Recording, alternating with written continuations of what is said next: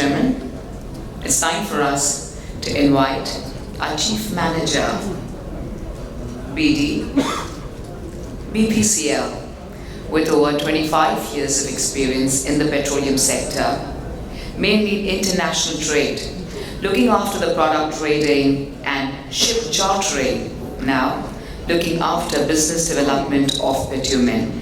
It's time for us to hear about the domestic bitumen production and the availability. Let's put our hands together as we invite our dignitary, Mr. Sandeep Kovilji. A wholehearted welcome to you, dear sir.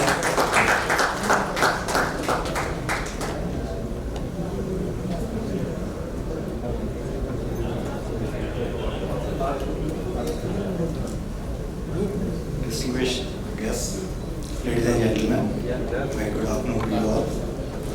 I will be talking briefly about BPCL, then domestic demand, and as a company, as a buyer, what we are looking from the vendors. So that will be the part of my presentation. We all know that world has been severely impacted by the COVID, and most of the businesses were virtually grind to a halt. BPCL exhibited great resilience and swung into action and adopted the new norm. Our workforce was working day and night to ensure the uninterrupted production and ensuring supplies to the essential services during this difficult time.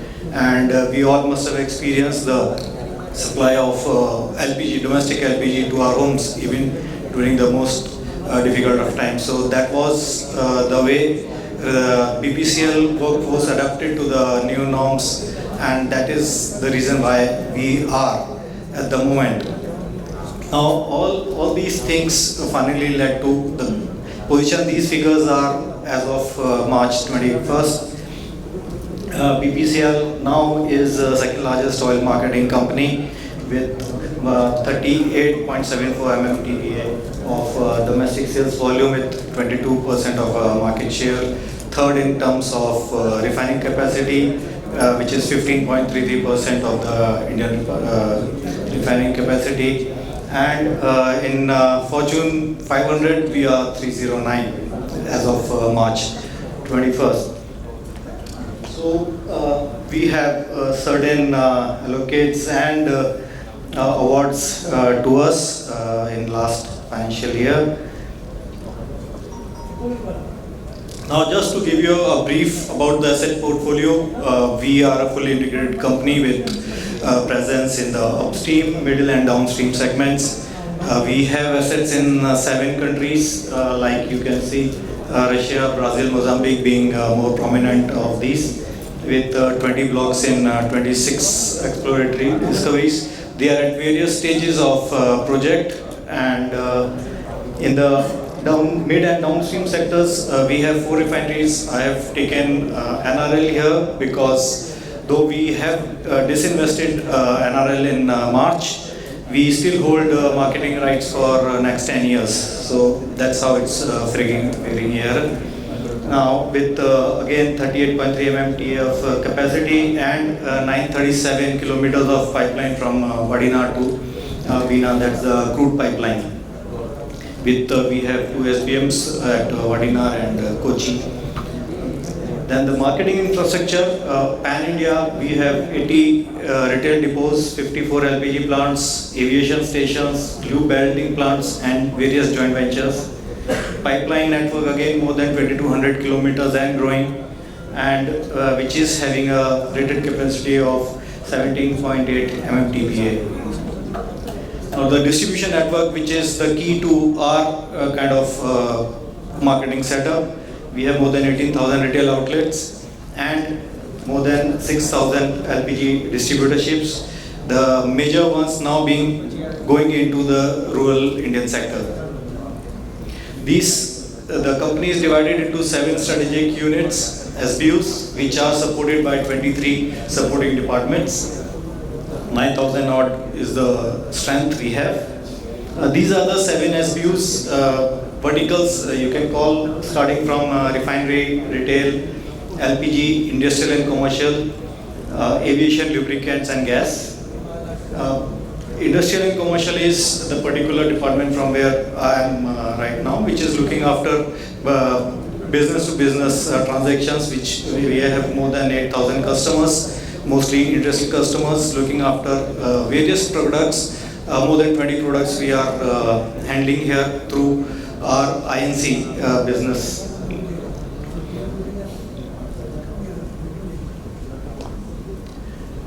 These are the locations of our refinery setups. As you can see, our flagship refinery in Mumbai, though rated capacity is 12 MMTPA, it is working much beyond that at 14.5 most of the time. Then Kochi is one of the largest refineries with 15.5 MMTPA. It is also most of them running 16 plus. Then Bina now we are fully taking over from Oman our shares. So this will be 100% owned by BPCL. That is also working at more than rated capacity. NRL obviously is now out of our hold except for the marketing rights. Then all the refineries are BS and IMO compliant now. And we have the flexibility of processing various types of crudes. In fact, we had a distinction of processing crudes from every continent in the world. So that has been something we are very proud of. Now coming back to this is the bitumen production levels, not much of change over the years. This includes the government as well as the private sector. Again, like you can see 5.5 MMTPA is the overall capacity as of now. In terms of percentage, we hold around 14% of the production capacity compared to IOC's again 47%, HPC around 20-21%. So that is the major portion as far as the production goes. And like Mr. Kache also touched upon that, we don't see much of expansion coming up by the petroleum oil companies in this particular segment as far as enhancement of the bitumen production capacity goes. Now, domestic production numbers for last 5 years like this, we all know there was a growth till 18-19, substantial growth in fact. But then there was a dip in 1920. Again, we see the recovery in 2021. So hopefully we should be touching up now to the pre-pandemic region. These figures are for the production of oil companies as well as the private companies put together. Most of the exports are here for Nepal and Bhutan. Imports, again, we have seen gradual increase over a period of years. Like you can see the domestic production CAGR was minus 1.1. If you see the 5-year span, domestic consumption is growing and so are the imports. So that clearly shows that the bridge is being filled up by the imports. Previous speakers have also given this projection. 13th 5-year plan gives us 7.165 MMTPA is the projection for 21-22. So the thing of import is very clear. Now this is the domestic bitumen consumption. It's the bulk figures, bulk bitumen. Again, we see it has been led by northern region with 5.1 CJR in last 5 years. Slight dip in south, but east and west again showing a good growth. Now, if you see the percentage wise, next slide I will show you about the packed bitumen. This 16% of our bulk bitumen consumption is from east and northeast area. If you see the packed in this particular segment, you will find that east and northeast are substantially, it increases to 68%. So that is one reason can be the difficult terrains, their preference to packed bitumen, and states like Bihar and Jharkhand, due to legacy issues, they are now preferring packed bitumen. So this gives you the breakup of bulk as well as packed bitumen. Now, the Indian port scenarios, we are aware of our big coastline, more than 7,500, dotted by ports all across, right from in the west, from Mundra, Kandla, right up to Haldia. So all the ports, and most of the ports are now having bitumen facilities. Some are with only bulk as of now, but packed also. With Mundra most of the time leading the way. If we take these are the import volumes for last 2 years. Now, if we see the major bulk imports, Mundra almost has 25% import, followed by Haldia, Mangalore, Karwar, and Pipavav. When we move to packed bitumen, Mundra again figures top of the list, then followed by Kandla and JNPT. So these are the ports where the bitumen import has been increasing. And like we have seen in another factor, what we can see is, though there was a dip in April and May this year, but soon we caught up, and if you see from June onwards, there has been a constant increase, and then seasonality factors, once is that we've seen from November onwards, there has been a substantial increase, and March we had 376 million metric tons of product imported here. Now, I'll touch upon the model what we have been adapting for bridging our gap, because we know that product from availability from our refineries is limited compared to the demand and the potential we have across at various geographies in India.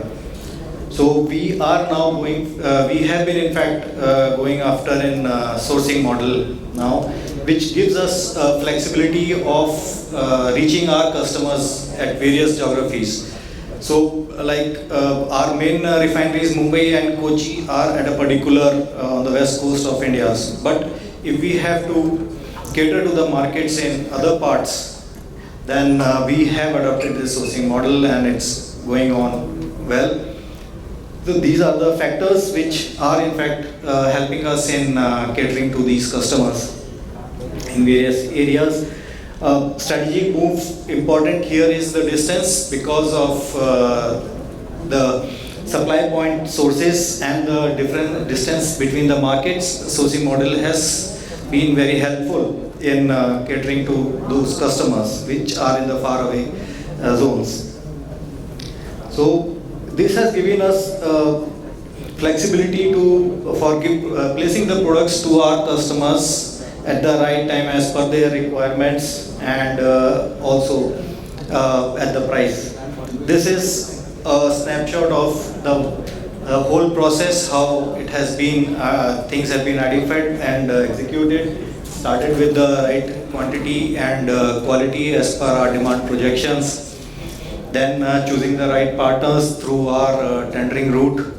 We have very strong parameters for analyzing and the partners, and I will touch upon that. What are the various factors we consider when we go for the tender, and the various things which have to be fulfilled by the party. That in that the infrastructure is playing a major role. Then the customer management, like I said, it is easier for us to cater those customers from the nearby areas. Then obviously vendor management in terms of various issues which crop up during the tenure, and normally we are going for 3 years plus contracts most of the time, and extending up to 5 years. So that gives a reasonably long period for us to do business with the parties. Then again, meeting the competition, being competitive in far off areas. and again preparing for the sales. So this has been the continuous model what we have adopted. These are the expectations when we float the tenders. These are the points what we consider. Safety again the paramount. Safety again is one of the first things what we normally cater to. The terminals, the operating practices, what are existing in the setup, then quality as per our specifications, and then assurance throughout the contract period that it will be available. Again, consistent availability. Dispatches, how the product is being received, handled in the storage tanks, and what are the discharge facilities available, and experience of the party. So these are the primary parameters. Then these are the eligibilities when we talk about the vendor. At least 3 years of experience with positive net worth, then past experience of handling petroleum products, and the agreement for or lease or owned storage tanks. The pricing is again based on the import parity. We have the formula for that, and what we basically look for is the consistent supplies, quality, because we have certain incidences where we had to reject the parcels because they were failing in quality. So that is something which we don't compromise on, and again the supply and the flexibility by the party of meeting our increase in demand during the peak season, how flexible they are in running their units to meet our some certain spikes in the demand. So these things are very critical when we form the tender and when we discuss all these things with the parties. So what we are looking for is the adequate infrastructure at ports for import and storage and handling of the product. So that's all from my side. Thank you very much for your patient listening. Thank you.